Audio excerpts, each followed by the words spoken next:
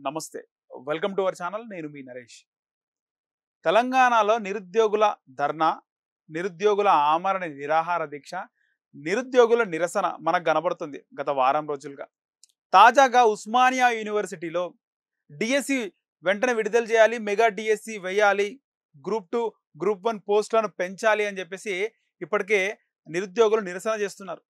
ఒక్కరోజు 2 రోజులు కాదు, రెగ్యులర్‌గా నిరసనలు అవుతున్నాయి. మొన్న ఆ మధ్య టీఎస్‌పీఎస్‌సీ ముట్టడి చేసినారు. ఆ తర్వాత విద్యాశాఖ కార్యాలయం ముట్టడి చేసినారు. ఇప్పుడు చూస్తే ఉస్మానియా యూనివర్సిటీలో చాలామంది నిరుద్యోగులు ఉంటారు. తెలంగాణ జిల్లాల నుంచి వచ్చి అక్కడ హాస్టల్‌లో ఉంటూ, చదువుకుంటూ ఏ ఉద్యోగాల నోటిఫికేషన్ పడితే ఆ ఉద్యోగాలకు అప్లై చేసుకుంటూ 24 గంటలు ఉస్మానియా యూనివర్సిటీలోని లైబ్రరీలో చదువుకుంటున్న తెలంగాణ నిరుద్యోగులు కొన్ని లక్షల మంది ఉన్నారు. అలాంటి నిరుద్యోగులు ఉద్యోగాల కోసం గత ప్రభుత్వం సరిగ్గా ఉద్యోగాలు విడుదల చేయలేదు అనే ఉద్దేశంతో కాంగ్రెస్ పార్టీకి పట్టం కట్టారు. బీఆర్ఎస్‌ని గద్దెదించారు. కాంగ్రెస్ పార్టీ అధికారంలోకి రావడానికి నిరుద్యోగులు ఒక కీ రోల్ ప్లే చేయడం జరిగింది. సో, అలాంటి నిరుద్యోగులకు కాంగ్రెస్ పార్టీ ప్రభుత్వంలో కూడా అనుకున్నంత విధంగా ఉద్యోగాల నోటిఫికేషన్లు గానీ, ఉద్యోగాల సంఖ్యలు గానీ రావడం లేదు. సో, జాబ్ క్యాలెండర్ ఎయ్యాలి. గ్రూప్ 2లో, గ్రూప్ 4లో ఉద్యోగాల నోటిఫికేషన్ సంబంధించి గ్రూప్ 2లో, గ్రూప్ 4లో ఆ పోస్టుల సంఖ్య పెంచాలి. డిఎస్సి వద్దు, మాకు మెగా డిఎస్సి కావాలని చెప్పేసి నిరుద్యోగులు గలమెత్తారు. ఇక ఉస్మానియా యూనివర్సిటీలో నిరుద్యోగుల ఉండే ప్లేసే ఉస్మానియా యూనివర్సిటీ. ఆ యూనివర్సిటీలో రోజు నిరసన కార్యక్రమాలు చేస్తూ ఉన్నారు నిరుద్యోగులు. దీనికి సంబంధించి రీసెంట్‌గా నిరుద్యోగులు చేస్తున్న నిరసన దీక్షకు సంబంధించి కొంతమంది జర్నలిస్టులు రెగ్యులర్‌గా కవర్ చేసే వాళ్ళుంటారు.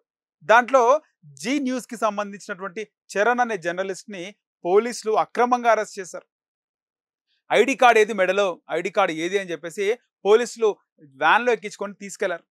అసలు ఒక జర్నలిస్ట్, ఒక మీడియాలో పనిచేసే రిపోర్టర్ గాని, జర్నలిస్ట్ గాని చేతిలో లోగో ఉంటది. మెడలో ఐడీ కార్డ్ ఉన్నా లేకపోయినా చేతిలో లోగో, వెంబడి ఒక కెమెరామాన్ ఉంటాడు. లోగో ఉండంతే ఆయన ఒక ఛానల్‌లో పనిచేస్తున్న రిపోర్టర్ లేదా జర్నలిస్ట్. జర్నలిస్ట్‌లు అయితేనే లోగో పట్టుకున్నంత ధైర్యంగా తిరుగుతారు. చేతిలో మైక్ లోగో కనిపిస్తున్నా కూడా ఆ సదరు కానిస్టేబులా, సదరు ఇన్స్‌పెక్టర్ లాక్కెళ్ళి జీప్‌లో, పోలీస్ జీప్‌లో పడేయడం జరిగింది. సో, కేవలం నామ్‌కే వాస్తే తీసుకొని అరెస్ట్ చేసి వదిలేసారంటే, తీసుకెళ్ళి ఒక లేడీ ఇన్స్‌పెక్టర్ అలాగే ఇద్దరు ఇన్స్‌పెక్టర్లు, సబ్ ఇన్స్‌పెక్టర్లు కలిసి చితకబాదారు ఆ జర్నలిస్ట్‌ని. చరణ్‌ని విపరీతంగా కొట్టారు. వీపు పైన చరణ్‌కి సంబంధించిన దెబ్బలున్నాయి. ఇంత క్రూరంగా పోలీసులు వ్యవహరిస్తున్నారంటే, గత ప్రభుత్వంలో పోలీసులు కూడా ఈ విధంగానే వ్యవహరించారు. ఈ విధంగా వ్యవహరిస్తేనే ఆ ప్రభుత్వం కూలిపోయింది. సో, ఇప్పుడు కూడా అటు నిరుద్యోగులను, ఇటు జర్నలిస్టులను కించపరిచే విధంగా వాళ్ళను బాధపెడుతూ, అక్రమ అరెస్ట్ చేస్తూ, ఉన్నదానికి లేనిదానికి అరెస్ట్ చేయడం, అరెస్ట్ చేసి కొట్టడము, ఇది ఈ సంస్కృతి ఎక్కడికి పోతుందో అర్థమవుతలే. కాంగ్రెస్ పార్టీకి ఇది తీవ్ర నష్టం. ముఖ్యమంత్రి రేవంత్ రెడ్డి ఎక్కడ కూడా స్పందించట్లేదు. ఆయన నిరుద్యోగులకు సంబంధించి గానీ, లేదా ఇక్కడ జర్నలిస్టుల పైన ఈ విధంగా దాడులు జరుగుతుంటే, జర్నలిస్టులకే రక్షణ లేకుండా కొడుతుంటే, ముఖ్యమంత్రి గానీ, మంత్రులు గానీ ఎక్కడా మాట్లాడట్లేదు. దీనికి సంబంధించి ఇది ఖచ్చితంగా కాంగ్రెస్ పార్టీకి, కాంగ్రెస్ పార్టీ మూల్యం చెల్లించుకోవాల్సిన పరిస్థితి ఖచ్చితంగా వస్తుంది.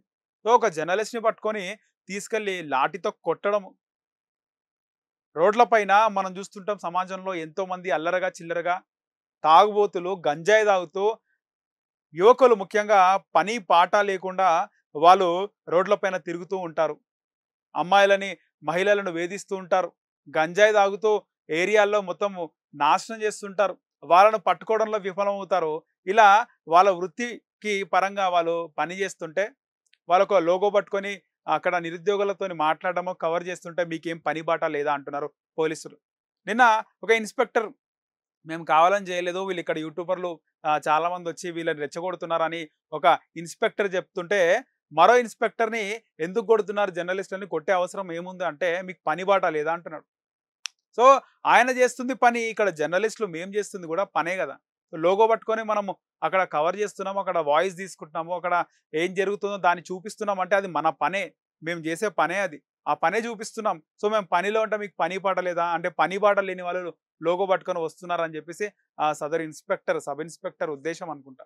సో, మొత్తానికి శ్రీ చరణ్‌కి సంబంధించి తీవ్రంగా కొట్టారు. అసలు ఎక్కడ కూడా ఇలాంటిది లేదు. కేవలం అరెస్ట్ కాదు, తీసుకెళ్ళి కొట్టడం ఏంది? అసలు ఐడీ కార్డ్ ఏది అని చెప్పేసి ఇక్కడ పోలీసు అడుగుతున్న ప్రశ్న. సో, మొత్తానికి ఒక భయాందోళనకరమైనటువంటి వాతావరణం. నా కావాలంటే చాలామంది బీఆర్ఎస్‌కి సంబంధించినటువంటి ఛానల్‌లు, యూట్యూబ్ ఛానల్‌లు, జర్నలిస్ట్‌లు ఉంటారు.